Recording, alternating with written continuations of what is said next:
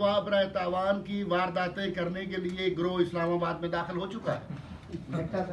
نیکٹا کا. تو سوال یہ ہے، یہ تو خوش قسمتی ہمارے بھائی کی اور آپ لوگوں کی اس وقت کی بہت یعنی پرومپٹ ریئیکشن کی وجہ سے، اور وہ فوٹو امیجز جو ہے وہ ہاتھ آ گئے، ورنہ یہ بک چکا ہوتا مطیع اللہ جان خرکار کیمپوں میں کے استعمال کے لیے کہیں جا کے آپ اور ہم ڈھونڈتے رہتے.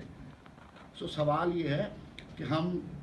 اگرچہ مطیع اللہ جان کا کیس سپریم کورٹ میں پینڈنگ ہے، لیکن ہم یہ سمجھتے ہیں اور یہ پاکستان بار کونسل سمجھتی ہے اور آج کی یہ ملکی قیادت یہ سمجھتی ہے کہ فریڈم آف ایکسپریشن کے خلاف ظالمانہ اقدامات جو ریاست کرنے جا رہی ہے کرتی ہے، ہم اس کی شدید مذمت کرتے ہیں اور ہم فریڈم آف ایکسپریشن کے رائٹ کے